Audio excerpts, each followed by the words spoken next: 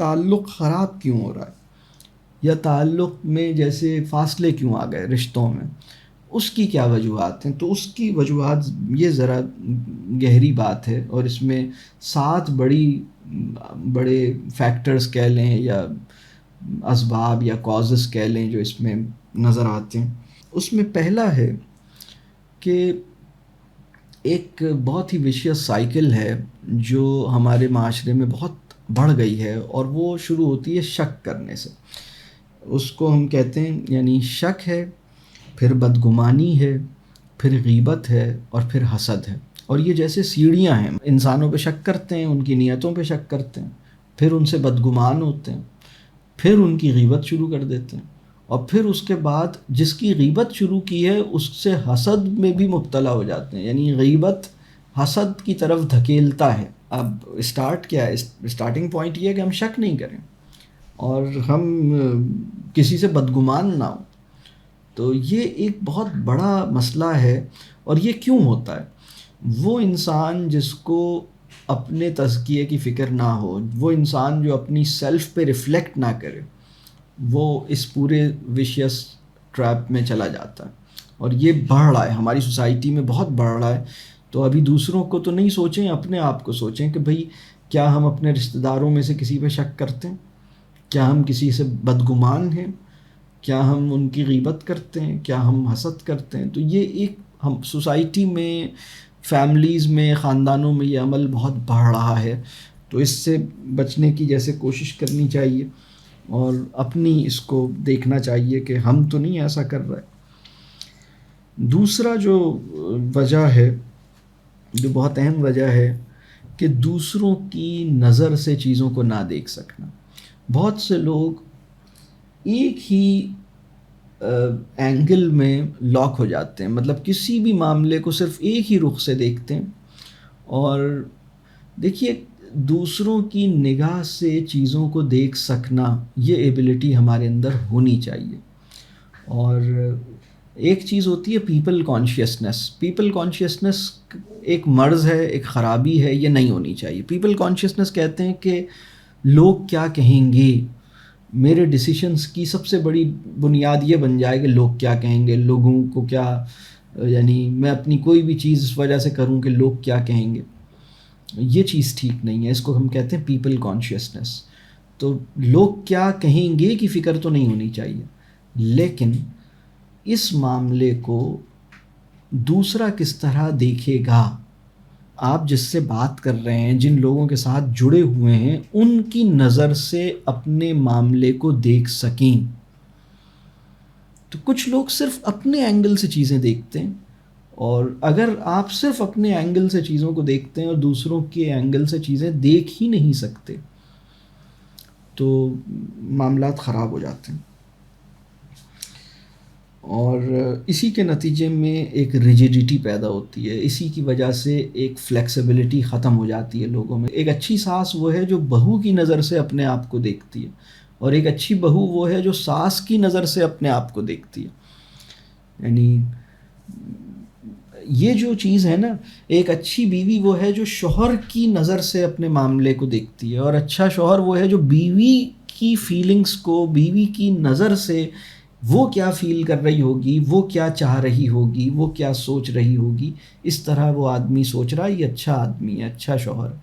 لیکن اگر وہ صرف اپنے اینگل سے دیکھتا ہے، دوسرے کے اینگل سے نہیں دیکھتا، تو بات نہیں بنے گی۔ اس کے نتیجے میں ریجیڈیٹی پیدا ہوتی ہے، فلیکسیبلٹی ختم ہو جاتی ہے۔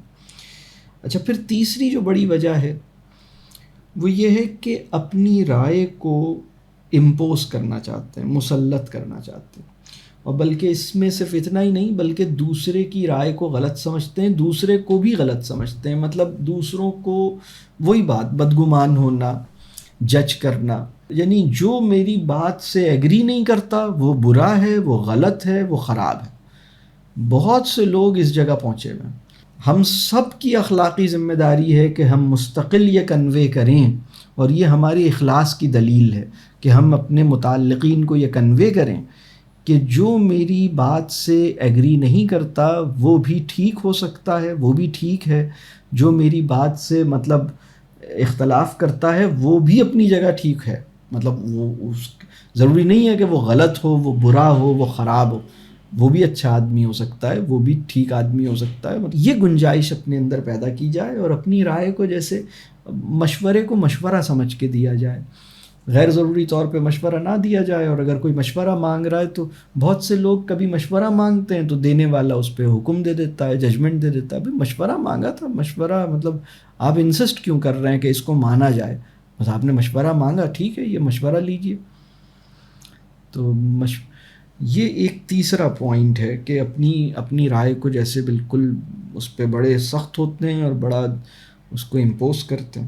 پھر چوتھی بات جو تعلق میں رشتہ داروں سے جو دوریاں ہو گئیں، بہت سے لوگ اپنے کنبے تک محدود ہیں، صرف اپنی امیڈیٹ فیملی تک محدود ہیں، سوائے اپنے اسپاؤس اور اپنے بچوں کے کسی کے بارے میں نہ سوچنا چاہتے ہیں، نہ مطلب غیبت کے لیے تو چلیں ان کا ذکر کھول لیتے ہیں، لیکن جیسے کسی کی فکر نہیں ہے، بس اپنی ذات کی فکر ہے. یہ جو انڈیویجوالزم یا یہ جو ایک جیسے بہت ہی نیرو ایک جو اسکیل ہے نا، جو بہت ہی چھوٹا ہو گیا، یہ پہلے نہیں تھا. یہ مطلب یہ ایک ماڈرن فینومینا ہے کہ بس اپنی ذات اور اپنا کنبہ. ایک صاحبہ میرے پاس آئیں، انہیں اس بات پہ بہت پریشانی تھی کہ ان کے جو شوہر ہیں وہ اپنی بہن اور اپنے بھائیوں کے بارے میں اور اپنے بھائی اور اپنی بہن کے بچوں کے بارے میں کیوں فکر کرتے ہیں. اس کا انہیں بہت شدید تکلیف تھی. ایک صاحب میرے پاس آئے، انہیں اس بات کی پریشانی تھی کہ ان کی بیوی جو ہیں وہ مطلب اور خاندان کے لوگوں کے بارے میں ان کو اتنی مطلب وہ سب کا بھلا کیوں چاہ رہی ہیں. وہ تو صرف بھئی اگر آپ کا اسپاؤس سب کا بھلا چاہ رہا ہے تو اس بات پہ خوش ہوں آپ، یہ اس کے بڑے دل ہونے اور بڑے ہونے کی دلیل ہے نا، اس میں کیوں دل چھوٹا کر رہے ہیں. تو یہ جو چوتھا پوائنٹ ہے نا، لوگ اپنی ذات تک یا بہت سے بہت اپنی امیڈیٹ فیملی تک محدود ہو گئے ہیں. دوسروں کے لیے یا جیسے اپنوں کا جو دوسرا ایک سطح ہے نا، یہ جیسے اپنوں کی اور تفصیل، اپنوں کی تفصیل صرف بیوی بچے تو نہیں ہیں، اپنوں کی تفصیل تو اور بھی ہے. مطلب ان کے بارے میں ان کے لیے وقت نکالنا، ان کی فکر کرنا، ان کی مشکلات یا ان کی ضروریات کو دیکھنا سمجھنا، یہ جیسے بہت ایک مشکل ہو گیا. بہت اس طرح کے معاملات ہیں. تو اب اسی وجہ سے کسی کے لیے نہ ٹائم نکال پا رہے ہیں، نہ ان کی کوئی فکر ہے، نہ ان سے کوئی ملنے کی ضرورت ہے، نہ ان کی ناراضگی کا کوئی پرواہ ہے. تو بس میں ہوں، میری بیوی، میرے بچے، اور کچھ نہیں. تو یہ نہیں ہونا چاہیے. یہاں جتنی بھی عورتیں اگر انہیں اپنے شوہر سے بہت محبت ہے تو ان کی تمنا ہوگی کہ یا اللہ میرے شوہر بھی جنت میں جائیں، میں بھی. اللہ ہم سب کو، اللہ تعالیٰ اللہ کرے کہ ساری عورتیں، سارے مرد، ہم سب لوگ اپنے تمام بچوں اور سب پوری فیملی کے ساتھ، پورے خاندان کے ساتھ، اللہ کرے کہ ہم جنت میں پہنچیں. اللہ ہم سب کو اپنے متعلقین کے ساتھ جنت کی امیگریشن عطا کرے. تو اگر ہم یہاں جو عورتیں بیٹھی ہیں اگر وہ واقعی یہ چاہتی ہیں کہ ان کے شوہر جنت میں جائیں، تو ان کو یہ فکر کرنی چاہیے کہ جو میرے شوہر ہیں یہ اپنے والدین کی خدمت کرتے ہیں یا نہیں کرتے، اور یہ اپنے والدین کو راضی رکھتے ہیں یا نہیں رکھتے. کیونکہ اگر آپ کا شوہر اپنے ابا اور اپنی اماں کی خدمت نہیں کر رہا، ان کو راضی نہیں رکھ رہا، تو یہ جنت میں نہیں جا سکے گا. اور اگر آپ کو اپنے شوہر سے بہت محبت ہے، واقعی محبت کرتے ہیں، تو آپ کو پریشانی ہونی چاہیے کہ بھئی یہ تو اپنے ماں اور اپنے باپ کی خدمت کر نہیں رہا، تو اس کا تو جنت میں جانا مشکل ہو جائے گا. تو پھر تو بہت مشکل ہو جائے گی، یہ تو بڑا غلط ہوگا. تو آپ اس کو، اگر وہ غفلت کر رہا ہے تو آپ اس کو توجہ دلائیں کہ بھئی تم اپنے پیرنٹس کا خیال کیوں نہیں کر رہے. میں چاہتی ہوں کہ آپ اپنے والدین کی ضرور خدمت کریں، ان کا خیال رکھیں، تاکہ ہم جنت میں آپ بھی پہنچ سکیں. تو یہ چوتھی پوائنٹ ہے، رشتہ داروں سے فاصلہ کیوں ہوا؟ اس لیے کہ ہم اپنی ذات اور اپنی نیوکلیئر فیملی یا امیڈیٹ فیملی تک محدود ہو گئے، کسی کی کوئی پرواہ نہیں. یعنی اگر آپ کے بچے کا کہیں داخلہ ہوا، آپ کی بیٹی نے کوئی اچھی سی چیز سیکھی ہے، تو آپ اپنی بہن کی بیٹی اور اپنے بھائی کی بیٹی اور اپنے بھائی کی باقی، آپ ان کو بھی بتائیے. آپ کو ایک بہت اچھی سی کتاب مل گئی وہ آپ پڑھ رہے ہیں، آپ کو فائدہ ہو رہا ہے، تو آپ اپنے بھائی اور بہن اور باقی لوگوں سے بھی شیئر کیجئے، بھائی مجھے یہ چیز مجھے ملی، میں نے اس بک کے پڑھنے سے بہت مجھے فائدہ ہوا، تم لوگ بھی دیکھ لو، اگر تمہیں چاہیے تو تمہارے لیے منگوا دیتے ہیں۔ تو یہ ایک دل بڑا ہونا چاہیے۔ پانچواں پوائنٹ ہے کیوں رشتہ داریوں میں فاصلے آئے، اس کی بہت بڑی وجہ یہ ہے کہ منصب کی بنیاد پر، پوزیشن اور اسٹیٹس کی بنیاد پر، لوگوں کی اکنامک اور فائنینشیل پوزیشن کی بنیاد پر لوگوں نے اپنے تعلق کو بنایا۔ عید والے دن آج سے 40 سال پہلے لوگ اس کے گھر میں جمع ہوتے تھے جو سب سے بڑا تھا، یعنی ایج میں بڑا تھا، عمر میں بڑا تھا۔ آج لوگ اس بھائی کے گھر پہ جمع ہوتے ہیں جس کا گھر بڑا ہے، بلکہ جاتے بھی صرف اسی کے یہاں ہیں جس کا گھر بڑا ہے۔ باقی لوگوں کو تو جیسے دور سے کال وال کر لی، کوئی میسج بھیج دیا، نہیں بھی بھیجا تو کیا کر لے گا ہمارا، تو بالکل ایسی صورتحال ہو گئی ہے۔ پیسے کی بنیاد پر جو ہم تعلق بنا رہے ہیں اس سے ہم بچیں اور اس سے ہم توبہ کریں۔ بس ہمارا بھائی ہے، ہماری بہن ہے، ہمارا اس سے رشتہ ہے، بس ان سے ملیں گے، ان کے یہاں جائیں گے، ان کو سلام کریں گے، ان کی دعا لیں گے، ان کے پاس بیٹھیں گے اور آئیں گے۔ یہ اللہ کرے کہ ہمیں آ جائے۔ چھٹا پوائنٹ جو ہے نا وہ ہے انا، کبر، تعصب۔ یہ تینوں کو میں نے ایک ساتھ لکھا ہے، تینوں کی الگ تفصیلات ہو سکتی ہیں، لیکن ابھی یعنی انا کے مسائل ہیں۔ ہم کیوں جائیں جب وہ آئے ہی نہیں، وہ ہمارے یہاں نہیں آئے، ہم بھی ان کے یہاں نہیں گئے، انہوں نے ہمارے یہاں یہ کیا، ہم بھی ان کے یہاں۔ تو یہ جو ٹٹ فار ٹیٹ چل رہا ہے نا، جیسے کو تیسا، بلکہ نہلے پہ دہلا، اس قسم کی حرکتوں سے ہم مطلب بالکل پھنسے ہوئے ہیں اس کے اندر، اور اتنا ڈرین ہو رہی ہے ہماری پوری عقل انہی چیزوں میں لگ گئی کہ اس نے چونکہ یہ نہیں کیا تھا، فلانے نے تو کبھی ہم مطلب ان کو سلام نہیں کیا تھا تو ہم کیوں سلام کریں، فلانا تو ہمارے گھر آیا نہیں تھا، جب میں بیمار تھا تو وہ نہیں آئے تھے، تو وہ بیمار ہیں تو میں بھی نہیں جاؤں گا۔ تو عجیب سی حرکتیں۔ میں نے حج کیا تھا تو میں جب حج کر کے آیا تھا تو وہ مجھ سے ملنے نہیں آئے تھے، تو اب وہ حج کر کے آئے ہیں تو ہم بھی ان سے ملنے نہیں جائیں گے۔ عجیب پاگل ہیں آپ بھی، مطلب وہ پاگل ہیں تو آپ بھی پاگل ہیں، مطلب میں اس کے بارے میں بس یہی کہہ سکتا ہوں۔ تو اس کو صحیح کرنے کی ضرورت ہے، اپنی عقل کو ذرا مطلب صحیح کرنے کی ضرورت ہے کہ انا کے مسائل ہیں، کبر کے مسائل ہیں، تعصب بہت زیادہ ہے۔ ایک لڑکی کسی دوسرے خاندان کی آپ کے خاندان میں بیاہ کے آ گئی، اب ایک تعصب بنا ہوا ہے کہ وہ تو قریشی ہیں، ہم تو فلانا ہیں، ہم صدیقی ہیں، وہ سید ہیں، فلاں راجپوت ہیں، ہم تو آرائی ہیں، وہ بھٹی ہیں، یہ ملک ہیں، وہ سید ہیں، یہ غیر سید ہیں۔ ارے بھائی تم بندے ہو یا نہیں ہو؟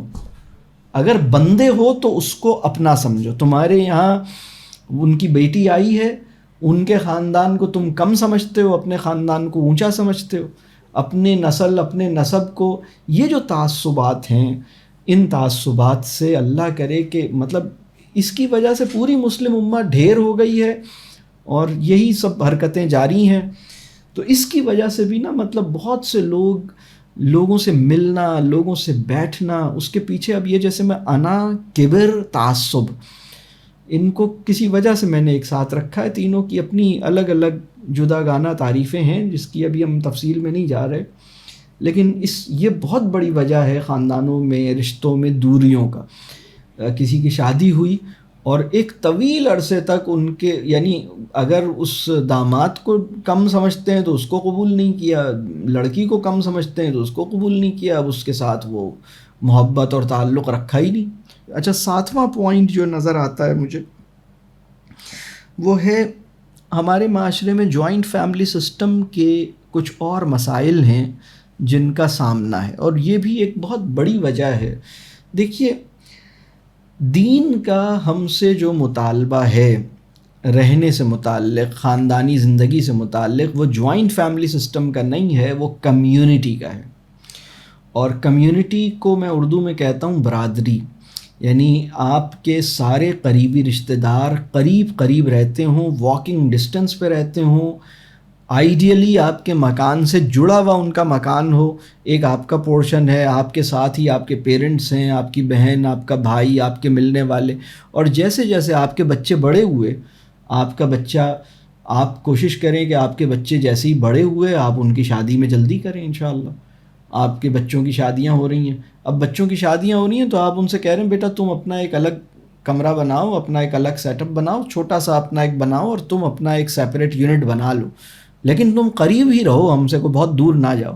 تو یہ جو آس پاس آپ کے سارے قریبی رشتہ دار آس پاس ہیں, اور ایک کمیون یا کمیونٹی, یہ والی فیلنگس ہیں, یعنی نیبرہڈ اور یعنی پڑوسی اور رشتہ دار یہ جیسے ایک ہو گئے ہیں. مطلب اس میں اوور لیپ ہے. نیبرہڈ کے اندر ریلیٹیوز بہت سارے موجود ہیں اور ان کے ساتھ دل کھلا ہوا ہے. کوئی مطلب والدین کی خدمت آپ نے کرنی ہے تو وہ آپ اویلیبل ہیں اس کے اندر. لیکن اتنی پرائیویسی جو دیکھیں آپ کی جو بہو ہے اور آپ کا جو بیٹا ہے, ان کی ایک نجی زندگی ہے, ان کی ایک پرائیویسی ہے جس کا احترام اور جس کی گنجائش ہونی چاہیے. کتنی دیر سے کمرے کے اندر ہیں, باہر ہی نہیں آ رہے, اس کی پریشانی لگی ہوئی ہے. ارے بھائی نہیں آ رہے تو نہیں آ رہے, تمہیں پریشانی کیا ہے؟ یہ مسئلہ جیسے بہت خراب ہے. یہی میں آپ سے عرض کر رہا ہوں, یہ چھوٹا سا مسئلہ ہے. یا مطلب یہ تو بہت دیر میں سو کے اٹھے. ارے بھائی دیر میں سو کے اٹھے تو ان کا مسئلہ ہے نا, دیر میں سو کے اٹھے, آپ پریشان نہیں ہوں. میں یہ نہیں کہہ رہا کہ جوائنٹ فیملی سسٹم کو فوراً ختم کر دیں. میں یہ کہہ رہا ہوں کہ جوائنٹ فیملی سسٹم کے اپنے کچھ چیلنجز ہیں, اور جوائنٹ فیملی سسٹم کی اپنی کچھ بلیسنگز بھی ہیں. الحمدللہ جوائنٹ فیملی سسٹم کے اندر ایک بڑی زبردست سپورٹ ہے, ایک بہت زبردست فائدہ ہے. تو میں یہ کہوں گا کہ ہمیں ایک ایسے ماڈل کی طرف جانا چاہیے کہ جوائنٹ فیملی سسٹم کی ساری خیر, ساری بلیسنگز کو ریٹین کیا جائے, اور جو اس کے چیلنجز ہیں ان کو جیسے منیمائز کیا جائے. اور اس کا یہی طریقہ ہے کہ یعنی ایڈجیسنٹ, یعنی آپ کا ایک فیملی یونٹ ہے, اسی کے ساتھ ایک اور پورشن ہے, اس میں یہ رہتے ہیں, اسی کے ساتھ ایک اور پورشن ہے, یہ رہتے ہیں, اور ایک کامن لیونگ اسپیس ہے جہاں پر آپ لوگ گیدر ہو جاتے ہیں, اور کوئی کھانا آپ لوگ اکٹھے بھی کھا لیتے ہیں, کوئی چھٹی کا دن آپ لوگ اکٹھے گزارتے ہیں. لیکن کچھ آپ کو یہ بھی گنجائش ہے کہ آپ اپنے ایک اسپیس میں جاتے ہیں تو وہاں تھوڑی سی آپ کو سہولت ہو جاتی ہے.